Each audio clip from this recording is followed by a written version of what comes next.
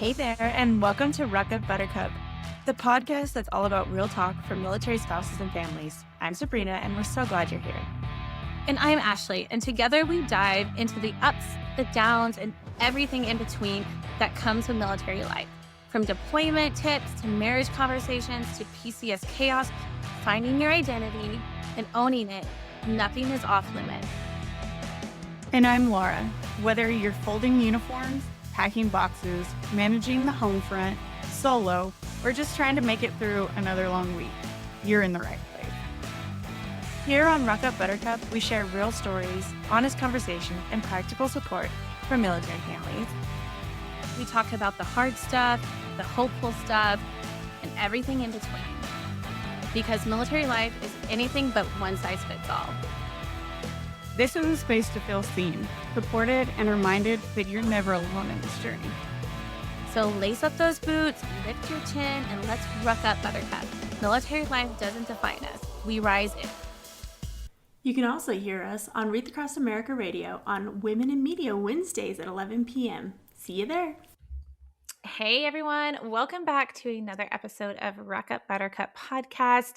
If you are a longtime listener, you probably have noticed a little bit of a little hiatus of some episodes. And first, we want to apologize for that. We promised you guys 3 episodes a month, but with Sabrina stepping down and my big trip to Poland, I decided to do what I preach to you guys all the time, which is to take some self-care, to take a little break. It was definitely well needed. I was on the verge of burnout, and I think that is such a great way to kind of start off our episode today because we have a wonderful guest today. I'm so excited to share that we have Patty from HomeFront Heroes. Nope, that's not right.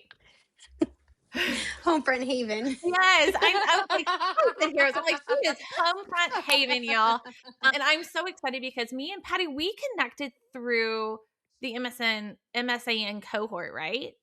So actually, our wellness director was in your cohort. Yes, but then I think we just connected through LinkedIn. Yeah, I was like, I feel 6 degrees. It's a thing in the military. I was trying to this morning. I was like, wait, how did Patty and I connect? Because I got to connect with Patty. It's roughly been almost 4 or 5 months now. And we chatted about how we deployed love in HomeFront Haven can connect and work together and how we can support this amazing little organization that I'm so excited for you guys to learn about today.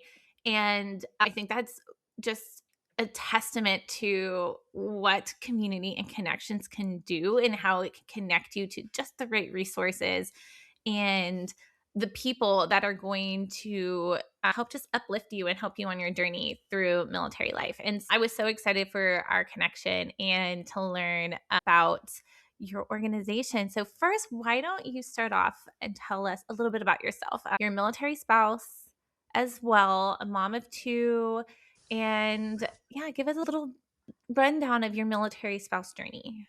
Awesome. Thank you, everybody, for tuning in. And thank you guys for giving me the opportunity to come and talk a little bit about myself and HomeFront Haven. So I actually just celebrated 12 years with my husband this past weekend, which is really crazy to think because even during that time, I've just seen so much change within the military community. And I'm so excited to talk a little bit more about that later. But I met my husband when I had just finished grad school. It was actually in June. I had graduated in May. So I was living in Providence, Rhode Island at the time, and I went out to Hawaii to meet my cousin who had just come back from her long deployment. And that's when I met my husband. I think with many military relationships, it was pretty fast, especially because I was in Rhode Island, he was in Hawaii. And so within 9 months of knowing each other, we got married. And then I lived in Hawaii for about 6 months and we moved to Mississippi after that. And since then, we've been moving around. We've been married for 12 years and we've already completed our 7th move this past fall. So I'm sure this is not something new for many of our listeners. I feel like it's the norm.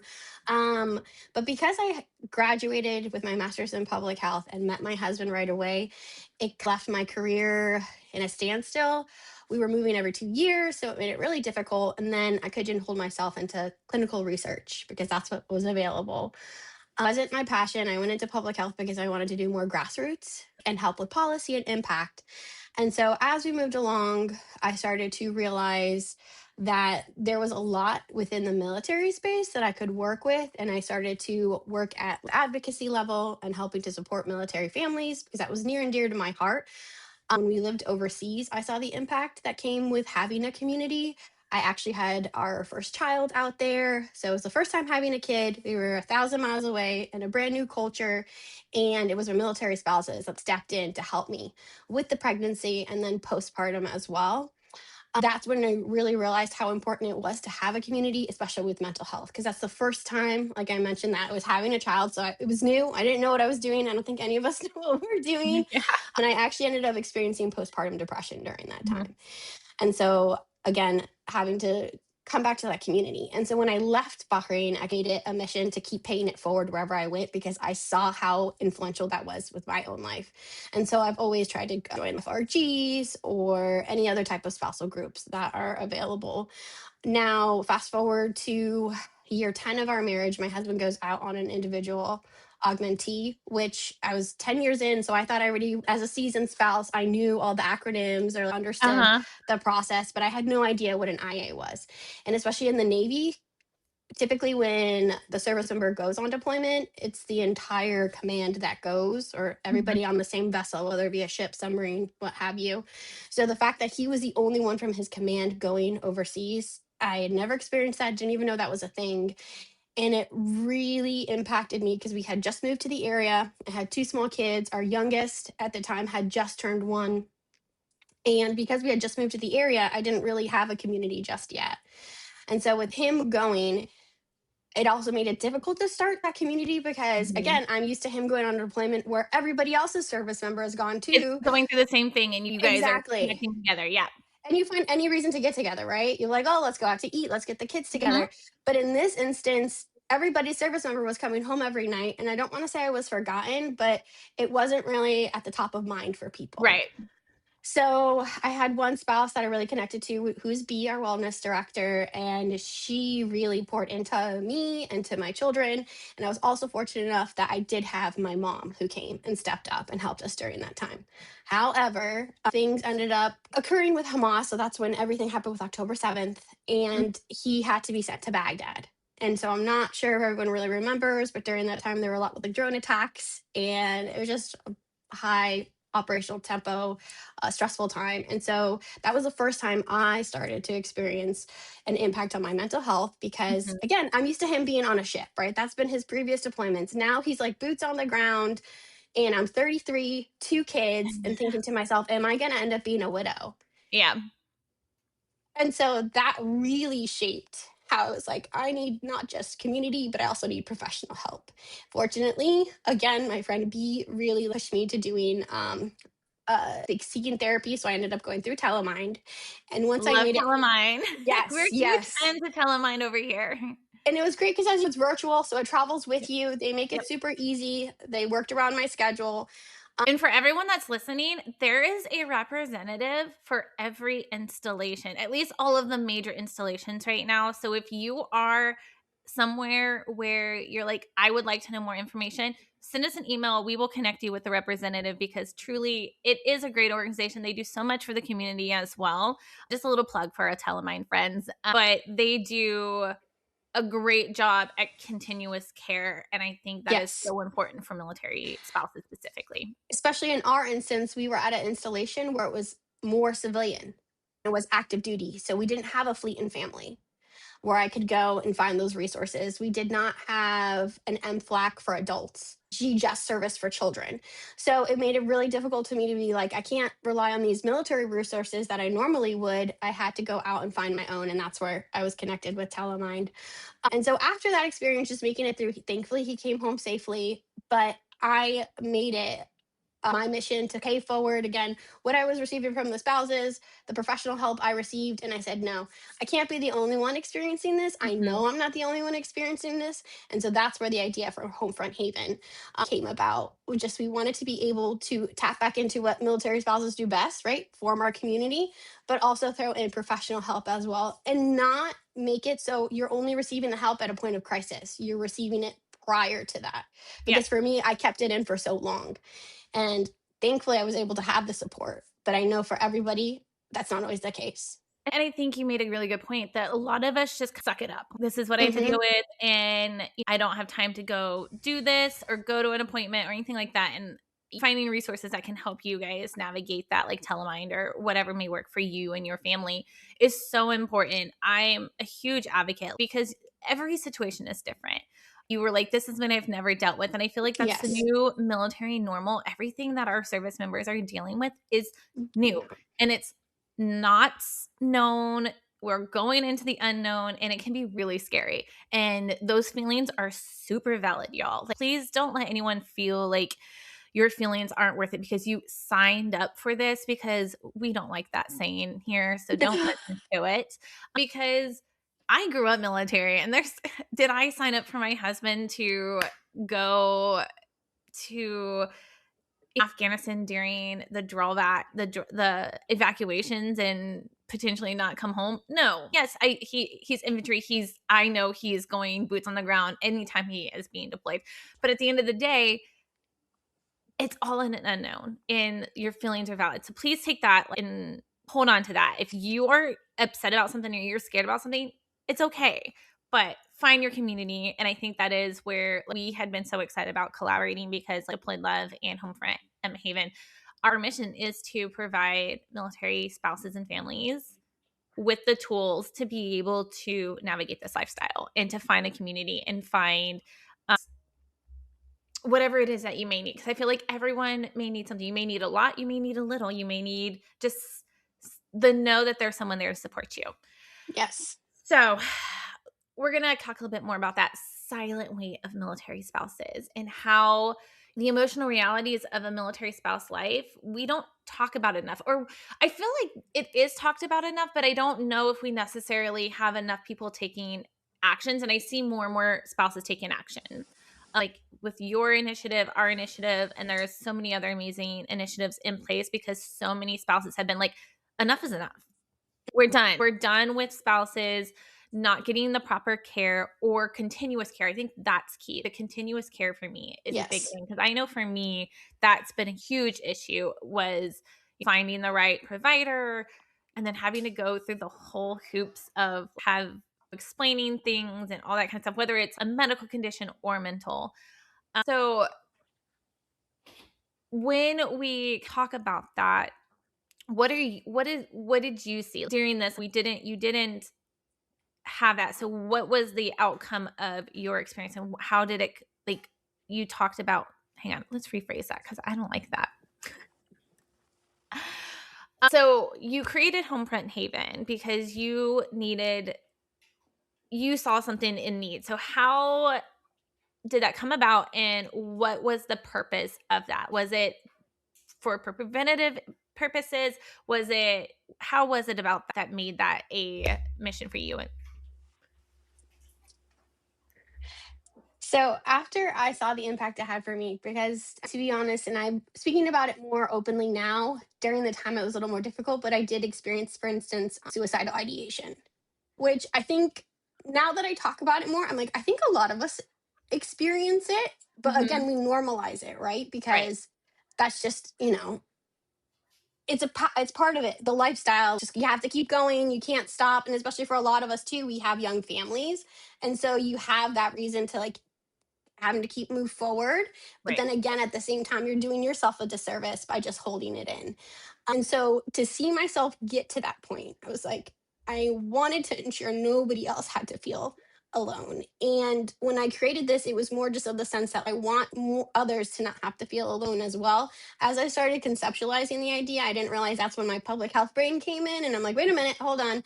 I'm starting to look at it from the preventative lens, because I feel a lot of times when we talk about mental health, we always think either the person's crazy or they're about to do something erratic, or it's always crisis. And it's no, mental health should be considered like you would your physical health. You go to your PCP once a year, you do the lab test because you want to ensure that you maintain your health, your physical health. So that we should see the mental health the same way too. And in order to look at a preventative lens, we should look at what are things that we can do to ensure that you have strong mental health. So a lot of times it's that social connection, because we are human, we're wired to Yep. live among each other. We're not meant to do life in general alone, and especially not military life. You also have to look at, like you were saying, that consistency with care so that you continue. It's not just a blip, it's not just when they go off on deployment. It should be Mhm. something that is continuously integrated into the military system, especially when you want to talk about supporting families. And then also just ensuring, like we were saying, with that continued continuity of care, just always making sure those resources are available. There's so many different factors that you can put in to help ensure that you get strong mental health with families, especially with spouses, because we see we do have an impact with things like retention. Yep. I have been starting a white paper that we use when we go and we talk to potential collaborators about the impact of HomeFront Haven. And when we were looking at the stats, it was insane to see that a service member is more likely to reenlist. They're 7 times more likely to reenlist if their spouse is on board. And so I'm like, that's a major factor for somebody that's married. Why aren't we playing more into that? Yep. What do we need to do to ensure that then the spouses are on board as well? And so we like to think with this programming to show that we have that community and that consistent community, because we're not just a weekend away. So one of the major components of the programming is that we offer that 3-day therapeutic retreat just for military spouses to come in. Now, after that, though, we still follow all of our participants for up to 12 months because we want to ensure that we're continuing to pour in, we're continuing to serve you the support both at a community level, but then also if you need referrals to other resources, we can do that as well. And what we like with the model is that it carries with our spouses. For instance, this past retreat, 2 of them were there, but they're PCSing soon. And so we'll be able to continue to have them be a part of the cohort because we're going to continue to do virtual as well. So we do in person, but we do virtual as well because we realize the style. So we want to ensure, again, that continuity. So we're hoping just taking it back to basics, taking it back to community, but ensuring that we also do psychoeducation and other professional ways to integrate for mental health support. We hope that will overall show the impact and how if you pour back into the spouses, that can also help with other things like retention.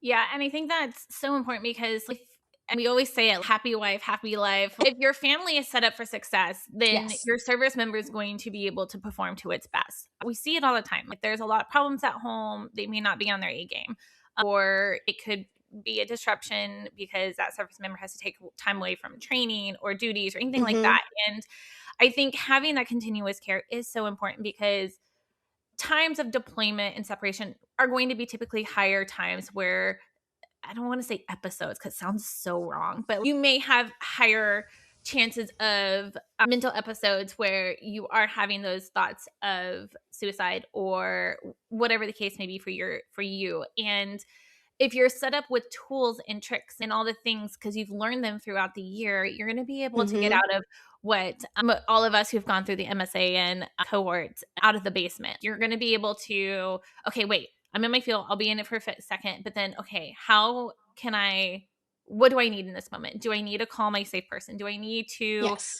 take the kids to the sitter and do a self-care day or whatever the case may be for you to kind of get out of the rut? And I think that I just think mental health is not talked about enough in general across all boards, not just with spouses, but with servicemen and things like that. And I am loving the amount of initiatives and programs and advocates that are out there who are saying enough is enough. Again, enough is enough. This has to be a top priority because it does affect so many. And we have so many different things that cause this. A military spouse who's never left her hometown is now on the completely opposite side of the country alone. And that can be really depressing. As someone who grew up in the military, who's always moved, who's always been away from family, there's still times where I get to the point where this really sucks. And this last time we PCS, I made it pretty clear to my husband. I was like, hey, I will support you no matter where we go. But I really want to stay on the East Coast. I want to be close to family. I do not want to be, because he really wanted to go Alaska. And I was like, look, I loved our time in Alaska. I loved it. I do not think I can do Alaska. Hawaii, if you're gonna send me that far away from family and stuff, you need to be taking me to Europe. You need to be taking me somewhere where we haven't been, where one, depression is not extremely high like Alaska is, and the resources and things for us. Because my thing with my kids is like, if we're feeling down, if we're feeling blue, we go do something fun. So we go out on an adventure. So like this weekend, even though this is not like I'm feeling blue or anything like that, but I was like, we need to do something fun, even though we just came back from our trip. But we're going to the Ren Fair this weekend. And I was like, we're just going to go and experience something new, do something fun. And it's going to be a great time. And other times we'll be like a day trip to the zoo, or we're going to go to the park for the day or something like that. And I think everyone handles how they handle stress and depression and things like that differently. But for me, it's getting out of the house, getting out of the funk, going somewhere new and just taking a deep breath and having a moment just to disconnect from everything and just be in the moment. And I think for me, that helps a lot. And I know for some spouses, when they're in areas where they can't necessarily do that, you have to find those other tools to help you get out of that. So we talked about your HomeFront Haven and what makes HomeFront Haven different from these other programs and initiatives out there. I think the fact that we are so small, we're still able to tailor it, and we have a lot of one-on-one with our participants, which I think however, there's so many organizations out there, and I think a lot of them, especially the bigger ones, for as much as they do want to support, they have the best intention, the direct impact just can't be the same because it's on a larger scale. So you have way more people to serve. Budgets might be constrained, especially now, with how saturated the MSO VSO space has become. So that's one thing that we do still feel fortunate about, even though we are small. I think the direct impact, it's a lot stronger because we're still able to do one-on-one. Perfect example, when everything started with Iran, what was it, February 28th? And I have that date stuck in my mind because second it hit the news, we started reaching out to all of our Haven heroes, is what we call our spouses, and just reaching out saying, how can we help? But we're here, even if it's just to talk, which bigger organizations, they don't have the capability to do that. And we still do. And even now, after the retreat, when I went down to Millspouse Fest in Norfolk this past week, I was able to send out a group chat to the ladies and like, hey, who wants to get dinner? And 3 of the 6 were able to make it. And so to be able to have that community, I think that's what sets us apart compared to other organizations. And so we always say we're not here to compete, we're just here to complement. And so that's something that we're able to bring to the table is that direct impact. I love that. We're not here to compete, we're here to complement. And I think that like you guys, if you're watching, you can see You Can Sit With Me shirt from Independent. And so I think that is such an important statement to state that we are small, but we're mighty. And I think I say the same thing about Deployed Love. Even though we are growing, we're still only 1 to 2 individuals at each installation. We have a representative who's there to help support you and be your kind of found. We wanted to make sure that there were somebody in that community that you can have a community with.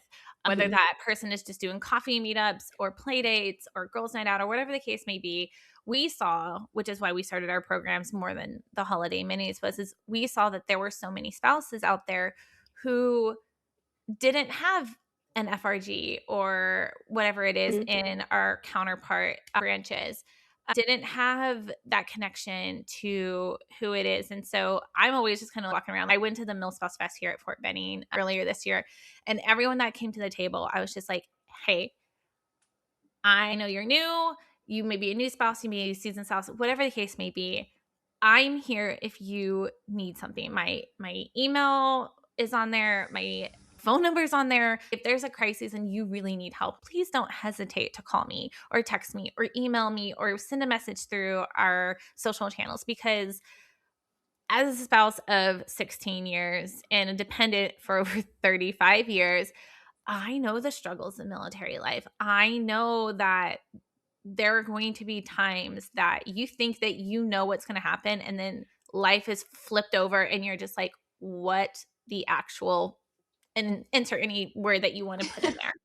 And it could be so lonely. And even as a seasoned spouse, and I think you can attest to this too, you've said it already, is that there are feelings that we didn't know were going to come. We thought we were prepared. We thought that we can handle what was coming to us. And right now, my husband is on an unaccompanied tour, and everyone goes, "Oh, he's deployed." And for me, I'm like, he's not deployed. He's not in a deployment, but he is gone, and he is working extreme long hours and things like that. So I get to talk to him more often than the kids get to talk to him. But I was like, oh, this is going to be easy breezy, lemon squeezy. I can handle this, no problem. And there's been times where I'm like, this is really suck. I've gone through multiple deployments. I've gone through 3 rapid deployments. And then all of a sudden we're separated for a year. And I think that with us living 2 lifestyles, it's been a little bit different. But I will say that I think it's made my husband a little bit more appreciative of our side and like how much he does enjoy being with the family and everything that I do. But it's so easy to get in that mindset of being jealous and I made a point this year to not do that. I'm not going to be jealous that he's going out with work friends or going to explore a new place without me. And even though I said that, and even though I had those internal, man, that would be fantastic, I haven't let that be something that's going to cause tension between me and my service member, because 1, I know that he can't help it.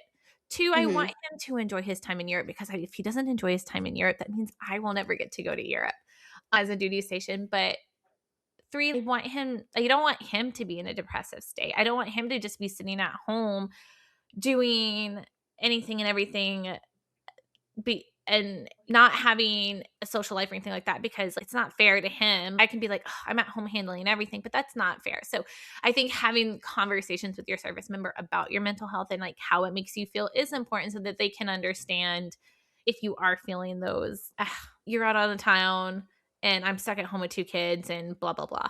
That's not fair for anyone. I think communication is important too for your mental health, and expressing that, especially with your partner or your immediate community. So we talked about HomeFront Haven. Let's chat a little bit about how the retreat came into play and why you guys decided to do you said it was 3 days, right? Yes. So the retreat component, we came about it because, one, to your point about how like your husband's away right now, right, focusing on his job, but then he also has some time for himself. So what kind of sparked the retreat idea for me was when my husband was coming back from his IA, he got a week in Germany to decompress, right, and then get back to normal life. And I was like, hold on, where's my week? Where's my yeah? Yeah. Because yes, you've been deployed, but I've been living it back home, right? Yeah. We're the ones that take care of the home front. So I was like, where's my time for somebody to come and talk to me about reintegration like they do for the Because service I member? think reintegration is the worst part It's- of deployment. Yeah. I think reintegration, and I don't know if that's just because of I have no other choice. I have to handle everything at home when he's deployed, but the reintegration part is the worst for me. And everybody thinks it's going to be rainbows and butterflies because they're home now, they're safe, which is great. But it's like, wait a minute, we've had our whole life for X amount of time. And like, we've created our schedule. We're doing things this way now. Yeah. And so, yeah, like you were saying, not many people talk about how that can sometimes cause tension too. And we always like, when you look at the preventative health model of it, because there's the deployment cycle, sometimes people will say too, it's 6 months for reintegration, but honestly, it could take longer than that, depending on how long they were gone for, what situation they were under. Same thing for the family, what happened to them while they were home by themselves. So with that, I was like, wait a minute, you get a week, we get nothing. I was like, no, we got to change this.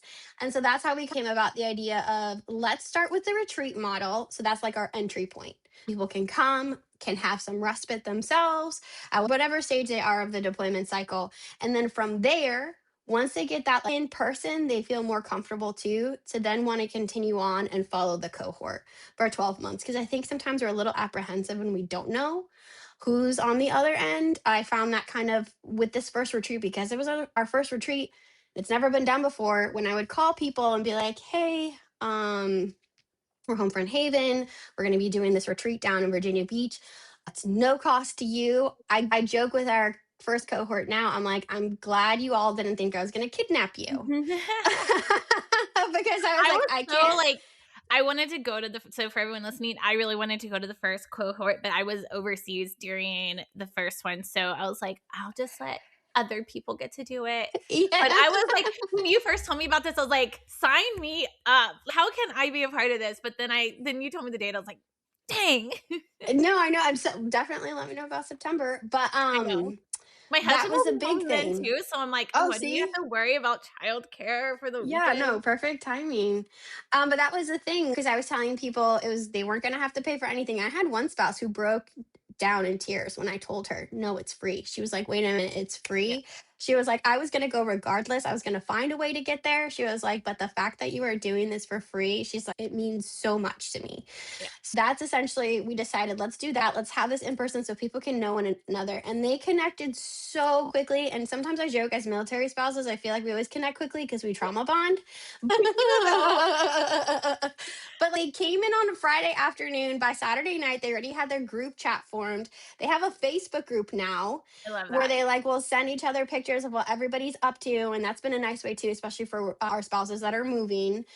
But that's essentially why we wanted to do the retreat because we're like, there's nothing like that in person connection. And Yeah. I'm like, once we can get people in the door, they know who we are, what our intentions are, and vice versa, they'll be more likely to then want to follow through with that continuum of care Yeah. for the 12-month period. So we start with the retreat, and then that helps us power on with all the additional support that we provide. I know. I love that. So when me and Patty first got connected, I had told her, I was like, this was in my vision of Deployed Love was to do a retreat. And I was like, but listen, I'm not going to recreate the wheel. We're not going to do all these different things. I was like, how can I support you guys? Because I think having spaces where spouses can come together in a whether it's over mental health or whatever the case may be, I think is so important. I think that's why the Mill Spouse Fest have been phenomenal this year alone. Like they've been around for years, but I think 10 this years, they year, were saying. yeah, I know. I was shocked because I didn't realize it had been 10 years.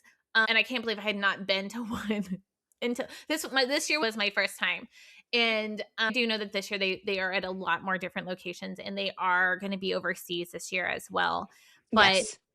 us getting into just being in a room with like-minded individuals who are going through similar things as you can do wonders for Hmm. your soul. I remember walking in there and just being like, these are my people. And military spouses are my people. That's why I do what I do. I do what I do because see you guys. You are seen, you are heard. And we want to make sure that like I have the avenue and the connections to be able to make sure that those voices are heard. And I think having, you know, programs like HomeFront Haven and Deployed Love and Independent and Military Spouse Advocacy Network and all the different phenomenal Blue Star families and all the things. All of those programs were started by fellow military spouses who again said enough is enough and there needs to be support and there needs to be community for spouses because if our spouses are set up for success in whatever avenue they need success, whether it's mental health, if it's physical health, if it's business related, if it's community related, they're set up for success. They are going to do wonderful things and they're going to take over the world. And I was nominated. In the 2026 Armed Forces Insurance Military Spouse of the Year for Fort Benning, and I was one of the finalists for the Army. And I was traveling during the Military Spouse Week, which was last week, so the first week of May. And the FOMO I have from not being there is so unreal. I was like, oh, I should have been there. I know that would have just taken all of my burnt out and everything and put a pep into my step type of thing because burnout is real. And I think that's something no matter what you're doing, even if you're just a stay-at-home mom, burnout is real. And I'm hoping those who are listening can identify the signs of what that is and say and understand that it's okay to say I'm at my wit's end, I need help, or I need to let something go, or I need to not do something, or whatever the case, whatever's causing that burnout. If it's like for me, I was like, okay, I need to I was planning to work on my trip when I was overseas. And I was like, I got there, I sat down like the second day I was there to work, and I was like, you know what? What am I doing? Why am I going to do this? Everything is going to be fine. Everything will run. Whatever needs to be handled can wait until I get home. And doing that and just embracing and experiencing Europe with my kids and not having to worry about, oh, we have to rush home so mommy can work. Or, hey, I have this meeting I have to do. We have to be home at this time. We can't go anywhere.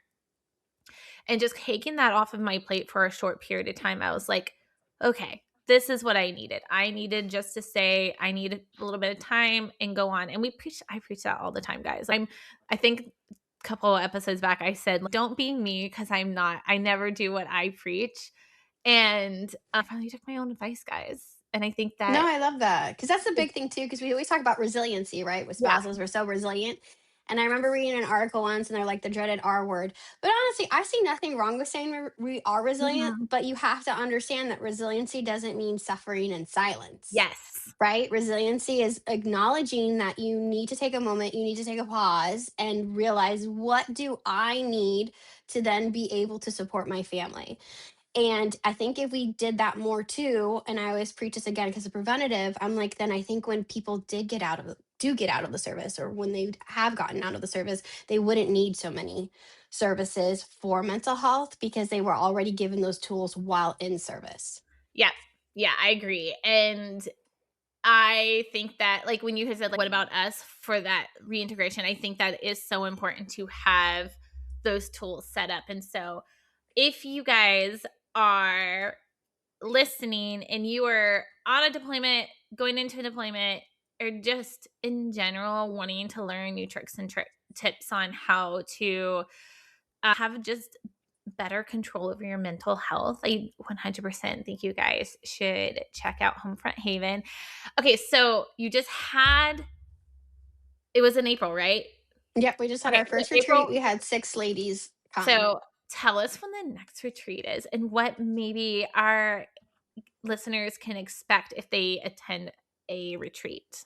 Yeah, so September 25th through the 27th. So it always starts on a Friday afternoon. We start check-in about 4 o'clock. Oh, is that not? No, I think that's Was usually it the day of Mickens. your I light was bulb? just thinking, I was like, It wait, is. It is. So Mick is earlier in the no. week because I'm not gonna be able to go to Mick this year, which I'm really bummed about I because haven't Mick, been to I've Mick, heard, but is I'm trying exceptional. really hard to go. Okay, so maybe next year, because exciting Maybe. news, we're gonna have 4 retreats next year. So we Oh, did two that's this year. We're gonna have 4 next year. And so let me talk a little bit more about the retreat, the setup, because I haven't yes. really done that yet. So we start Friday, and we had this past time we did a mocktail hour because that is one thing when you come to retreat. We don't want anybody to have additional influences because it can already be so emotional. And so we say no alcohol at the retreat because again, we just want people to be able to focus on what is it that they're feeling without having anything additional adding to that. So we did a nice mocktail charcuterie hour, played a couple icebreakers because I always love games. And that's what one of the ladies said afterwards. She just, you love games, don't you? And I'm like, I do, because it brings people together, especially when you Mhm. don't know each other. You have to find things that are in common. So we did that. And then we start talking about the deployment cycle Friday night so people can kind of identify where they're at. Because as you mentioned, we take it anyone that's about to experience a deployment, if they're currently or if the service member has just come back. And so then Saturday, we are super, super grateful that we are partnering with the local Cohen Clinic in Virginia Beach, the Up Center, and they do the workshop period. So we created the curriculum and they help execute the workshop. So we do that. But then, as I told everybody when I was talking about this at Well Smells Fest, we do sprinkle in a lot of fun. Yes, we do talk about mental health, how to best support you, but also we want you to enjoy yourself because for a lot of you, you've been holding down the home front on your own for X amount of time. And so we also want to acknowledge that you should deserve some respite as well. So for this past retreat, we had a massage therapist come. We went out to dinner on Saturday night. We took everybody to Fogo de Chao. We did yoga on the beach, and that's another thing. We always look for locations that are in right now on the ocean front. But next year, we're actually going to be doing a couple retreats up in the mountains here in Northern Virginia. So we'll have 2 retreats in Northern Virginia, and then we'll have 2 down in Virginia Beach again next year. But we just want you to have that time to yourself to connect with others. We had some of the ladies, they were waking up early in the morning to just go on a walk by themselves because they're like, I can't tell you the last time I was able to do this on my own. So we do sprinkle in a lot of fun. And yeah, we're super excited about that because we just came to accord with a group that we're going to be working with next year that will be able to expand to 4. So we're looking I to be able to love have a that. I'm bigger so impact. excited. I know that when we initially talked, you were hoping to do it 4 times in a month. So I'm very excited to hear that is going to be the case for next year. And we've posted it a couple times. We also have HomeFront Haven on our newsletter for those who follow our newsletter. So if you are always kind of like how to find that information, you can always look on the newsletter. But when can spouses sign up for the September? Signups live yet for the September retreat? So we already have received a couple applications, but we're not going to fully start reaching back out to people until the first week of June. That way we're able to provide a good 3-month window between sign up and actually going to the retreat itself. And as I mentioned to everybody, because we are small, unfortunately, we can only take 6 spouses at a time. So if this is something that you're like, yes, I want to, I'm super interested in learning more, make sure first week in June to reach out. Application is very simple. It takes less than 5 minutes. It's just getting general information down so that we can better understand if we're a good fit for you and vice versa. And then in addition to the application, we always do a follow-on call as well. That way we can answer any questions that you might have. And then we can get a good feel of this is something that you need right now. Because again, we're community care to help prevent crisis care. So if we feel that now that we are collaborating with the Cohen Clinic as well, we're working to have that relationship where we can refer people to their site as well for licensed clinicians. Love that. Patty, thank you so much for coming on the podcast No, today. thank you. This was fun. I cannot wait to share. We will share over on Deployed Love when the signups are live as well, just so that everyone who's following us can see that. And so we always end the podcast asking our guests to share. And this can be for seasoned, new, all, doesn't matter. What is your number one advice to military spouses? So my number one advice would be once you acknowledge you need the help, don't be afraid to ask for it. Because a lot of times, and I've seen this even with myself, I'm like, people are seeing me here struggling. Why aren't they stepping up and saying something? Not everyone's a mind reader. Yep. And what you might think is obvious might not be obvious to somebody else. So if you know there's a need and that somebody else can help you with that need, don't be afraid to just call them up and ask them, because I'm sure at some point they'll probably need the same and vice versa. Like, we're always paying it forward somehow in our community. So don't be afraid to ask. I think that's the biggest thing, especially seasoned spouses. We want to be like, oh, we've got this. I already know it's going to take me 6 months to reintegrate. But it's like, but it might not. Life changes everything up for you. So definitely make sure that if you have those people that you can go to, your support, utilize them, because that's what they're there for.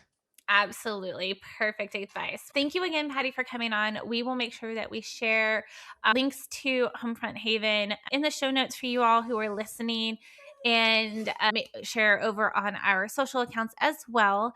And like we always say here, you do not have to do life alone. It's more fun to do life together. So grab your battle buddy and let's ruck up Buttercup.